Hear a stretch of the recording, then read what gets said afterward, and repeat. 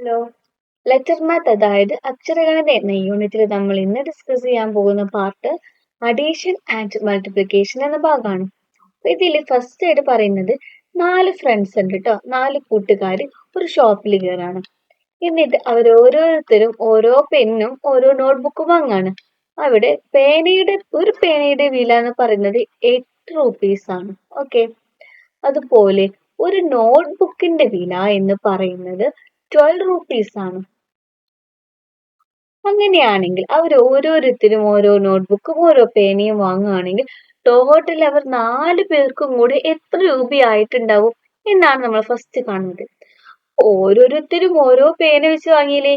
അപ്പൊ 4 ആൾക്കാരും കൂടി 4 പേന വാങ്ങുമ്പോൾ 4 പേനയ്ക്ക് എത്ര രൂപയായി? 4 പേനയുടെ പ്രൈസ് എന്ന് പറയുന്നത് 4 into 8 is equal to 32 rupees ആയി ഉണ്ടാവും അല്ലേ?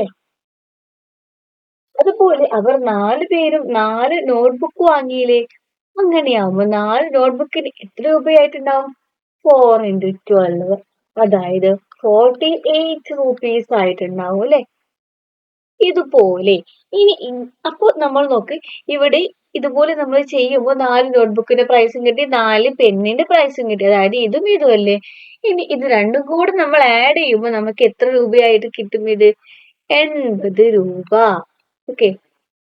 ഈ 32 rupeesഉം അതുപോലെ 48ഉം കൂടെ ആഡ് ചെയ്യുമ്പോൾ നമുക്ക് 80 rupees കിട്ടും. ഇനി ഇങ്ങനെ ഇത് ആ കടയുടെ ഷോപ്പ് കീപ്പർ കണക്ക് കൂട്ടിയ ഒരു സ്റ്റൈലാണ്. ഇനി ഈ ഫ്രണ്ട്സ് ഇങ്ങനെയായിരുന്നില്ല കേട്ടോ അവര് കണക്ക് കൂട്ടിയിരുന്നത്. അവരെന്ത് ചെയ്താലും അവരെന്ത് വിചാരിച്ചു? ഒരാൾ ഒരു പേനയും വാങ്ങി ഒരു നോട്ട്ബുക്ക് വാങ്ങി. അപ്പൊ ഒരാൾക്ക് എത്ര രൂപയായിട്ടുണ്ടാവും? ഒരാൾക്ക് ഒരു കുട്ടിക്ക് എത്ര രൂപയായിട്ടുണ്ടാവും? ഒരു പേനയ്ക്ക് 8 രൂപ, ഒരു നോട്ട്ബുക്കിന് 12 rupees. അങ്ങനെയാണെങ്കിൽ ഇവർക്ക് ഒരാൾക്ക് 20 rupees ആണ് ആയിട്ടുള്ളത് അല്ലെ? അപ്പോ ഇവര് 4 പേരല്ലേ? അപ്പൊ 4 കുട്ടികൾക്കും കൂടെ എത്ര രൂപയായി? 4 into 20. ഒരാൾക്ക് 20 ആവുമ്പോൾ 4 പേർക്കും കൂടെ 4 into 20, അതായത് 80 rupees ആയി. ഇതിൽ ഏത് മെത്തേഡ് ആണ് ഈസി? നിങ്ങൾ തീരുമാനിക്കട്ടോ. ഇനി നോക്ക്, അടുത്തതായിട്ട് നമുക്ക് ഒരു ചതുരം ഉണ്ടാക്കണം, ഒരു റെക്റ്റാങ്കിൾ ഉണ്ടാക്കണം. ആ റെക്റ്റാങ്കിളിന്റെ ലെങ്ത് ഇതാണ് 5.5 centimeter ആണ്. അതുപോലെ ബ്രെഡ്ത്ത് 3.5 centimeter ആണ്. എന്നിട്ട് ഇത് ഉപയോഗിച്ചിട്ട് നമ്മൾ ഉണ്ടാക്കിയിട്ടുള്ള ഈ ഇർക്കിളി മാച്ച് സ്റ്റിക്കുകൾ യൂസ് ചെയ്തിട്ട് നമ്മൾ ഉണ്ടാക്കിയിട്ടുള്ള ഈ ഒരു റെക്റ്റാങ്കിളിന് എത്രയാണ് പെരിമീറ്റർ ചുറ്റളവ് വരിക? ചുറ്റളവ് കാണാൻ നമ്മൾ എന്ത് ചെയ്യും? ഇതിൽ ഓരോ സൈഡും ആഡ് ചെയ്യും അല്ലെ? ഇങ്ങനെ ആഡ് ചെയ്യുമ്പോൾ നമുക്ക് 5.5 പ്ലസ് 3.5 വീണ്ടും 5.5 പ്ലസ് 3.5. ഇങ്ങനെ നമുക്ക് ചെയ്യാലോ. ഇങ്ങനെ ചെയ്യുമ്പോൾ നമുക്ക് 18 എന്നാണ് ആൻസർ കിട്ടുക. നിങ്ങൾ ചെയ്ത് നോക്കുമ്പോൾ നിങ്ങൾക്ക് 18 ആൻസർ കിട്ടും. ഇനി ഇങ്ങനെയല്ലാതെ നമുക്ക് വേറെ ഏതെങ്കിലും രീതിയിൽ ഇത് ചെയ്യാൻ പറ്റുമോ? പറ്റും. അതെങ്ങനെയാ? നമുക്ക് ഇവിടെ നോക്ക്, ഒരു 5.5, ഇവിടെ ഒരു 5.5. അപ്പൊ എത്ര 5.5 ആയി? 2 5.5 ആയി. അപ്പൊ നമ്മൾ എന്ത് ചെയ്യും? 2 into 5.5 ചെയ്യാം. അതുപോലെ എത്ര 3.5 ഇവിടെ ഉണ്ട്? 2 അല്ലെ? അതുപോലെ അതും 2 into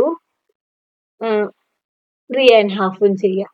എന്നിട്ട് ഇത് രണ്ടും കൂടെ ആഡ് ചെയ്യുമ്പോൾ നമുക്ക് 2 into 5.5 നമുക്ക് 11 കിട്ടും. അതുപോലെ ഇവിടെ നമുക്ക് 7 കിട്ടും. 11ഉം 7ഉം കൂടെ ആഡ് ചെയ്യുമ്പോൾ 11 plus 7 ചെയ്യുമ്പോൾ നമുക്ക് വീണ്ടും 18 കിട്ടും. ഇനി ഇങ്ങനെയല്ലാതെ വേറെ എങ്ങനെയും കാണാൻ പറ്റുമോ?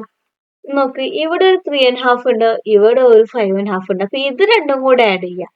അപ്പൊ നമുക്ക് നോക്ക്, 3.5 plus 5.5 ചെയ്യാം. അപ്പൊ നമുക്ക് ഒരു സംഭവം കിട്ടൂലേ?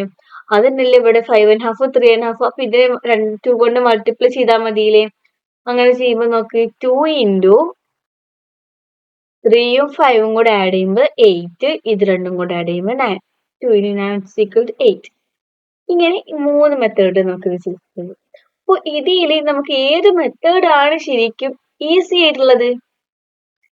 നമ്മള് വലിയ ചില എന്താ പ്രോബ്ലംസ് ഒക്കെ നമുക്ക് ചെയ്യുമ്പോൾ നോർമലി നമുക്ക് ഈ ഒരു മെത്തേഡ് ആണ് ഈസി ആയിട്ടുണ്ടാവും. പക്ഷെ നമുക്ക് കാണുമ്പോൾ ഇതാണെന്ന് തോന്നത്തില്ല. ബട്ട് ശരിക്കും അതായിരിക്കും കുറച്ചും കൂടെ ഈസി ആയിട്ടുള്ള മെത്തേഡ് കേട്ടോ. ഇപ്പൊ നമ്മൾ ഈ പറഞ്ഞ സംഭവം ഉണ്ടല്ലോ, അതില് നമ്മളിപ്പോ അതിന്റെ ആ ഒരു പെരിമീറ്റർ നമ്മൾ 8 കിട്ടിയില്ലേ, ആ പെരിമീറ്ററിനെ നമ്മൾ പി എന്ന് റെപ്രസെന്റ് ചെയ്യാന്ന് വിചാരിക്കും. അതുപോലെ ലെങ്തിനെ ലെങ്ത് എന്ന് പറഞ്ഞാല് നീളം അല്ലെ, ലെങ്തിന് എൽ എന്നും ബ്രെഡ്ത്ത് എന്ന് പറഞ്ഞാൽ എന്താണ്, വീതിയിലെ വീതിയെ നമ്മൾ ബി എന്നും റെപ്രസെന്റ് ചെയ്യാണ് വിചാരിക്കുക. അങ്ങനെയാണെങ്കിൽ നമുക്ക് പെരിമീറ്റർ ഏതെല്ലാം രൂപത്തിൽ പറയാം? ഈ പെരിമീറ്റർ കിട്ടാൻ L plus B plus L plus B. അതായത് നോക്ക്, ഇതാണ് നമ്മുടെ സ്ക്വയർ റെക്ടാങ്കിൾ വിചാരിക്കുക. ഇതിന്റെ ലെങ്ത് എല്ലും ബ്രെഡ്ത്ത് ബിയും ആണെങ്കിൽ ഇവിടെയും എൽ ആയിരിക്കും, ഇവിടെ ബി ആയിരിക്കും. അങ്ങനെയാകുന്ന സമയത്ത് ഇതിന്റെ പെരിമീറ്റർ ഒക്കെ L plus L plus B ആണ്. അതുപോലെ വേറെ രീതിയിൽ നമുക്ക് ചെയ്യാം. എങ്ങനെ? 2 into L plus 2 into B അല്ലെ, 2l പ്ലസ് 2b. ഇനി വേറെ രീതിയിൽ നമുക്ക് പെരിമീറ്റർ കാണാൻ കഴിയും. എൽ പ്ലസ് ബി നമ്മൾ 2 കൊണ്ട് മൾട്ടിപ്ലൈ ചെയ്യുക, ഈ എല്ലും ഈ ബിയും കൂടെ ആഡ് ചെയ്യുക. അപ്പൊ ഇതുപോലെ ഈ ബിയും ഈ എല്ലും ആഡ് ചെയ്യുമ്പോൾ 2l ബികളായില്ലേ, അപ്പൊ എൽ പ്ലസ് ബി ആയില്ലേ. അപ്പൊ 2 കൊണ്ട് മൾട്ടിപ്ലൈ ചെയ്താൽ 2 into എൽ പ്ലസ് ബി.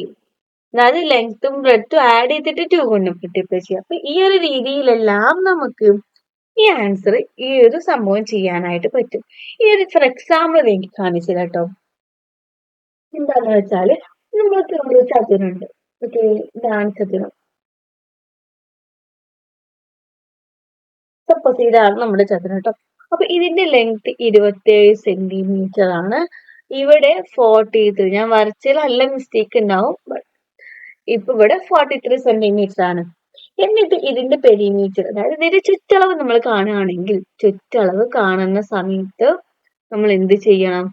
നമ്മൾ ഈ ചെയ്തിട്ടുള്ള മെത്തേഡിൽ ഈ ലാസ്റ്റ് മെത്തേഡില്ലേ, ഇത് യൂസ് ചെയ്തിട്ടാണ് ചെയ്യുന്നത് എങ്കിൽ കുറച്ചും കൂടെ ഈസി ആയിട്ട് ചെയ്യാൻ പറ്റും. അതായത് ഇവിടെ നമുക്ക് തന്നിട്ടുള്ളത് ഒരു സൈഡ് 27 ആണ്, മറ്റത് 43 ആണ്. അപ്പൊ നമ്മൾ അത് രണ്ടും കൂടെ ആഡ് ചെയ്തിട്ട് 2 കൊണ്ട് മൾട്ടിപ്ലൈ ചെയ്യുക. അതായത് 2 into 43 പ്ലസ് 27 ചെയ്താൽ മതി. അതായത് നമ്മൾ ഈ 43യും 27 ആഡ് ചെയ്തിട്ട് 2 കൊണ്ട് മൾട്ടിപ്ലൈ ചെയ്യുമ്പോൾ നമുക്ക് 140 സെന്റിമീറ്ററിന് കിട്ടും. അപ്പൊ ഇങ്ങനെ നമുക്ക് കുറച്ചും കൂടി ഈസി ആയിട്ട് ചെയ്യാൻ പറ്റും. അപ്പോൾ ഈ ക്ലാസ് നിങ്ങൾക്ക് എല്ലാവർക്കും മനസ്സിലായി എന്ന് വിചാരിക്കുകയാണ്. എന്തെങ്കിലും ഡൗട്ട് ഉണ്ടെങ്കിൽ വീഡിയോ ഒന്നും കൂടെ കാണും കേട്ടോ. എന്നിട്ട് ഡൗട്ട് ക്ലിയർ ആയിട്ടില്ലെങ്കിൽ ചോദിക്കേണ്ടി. Thank U.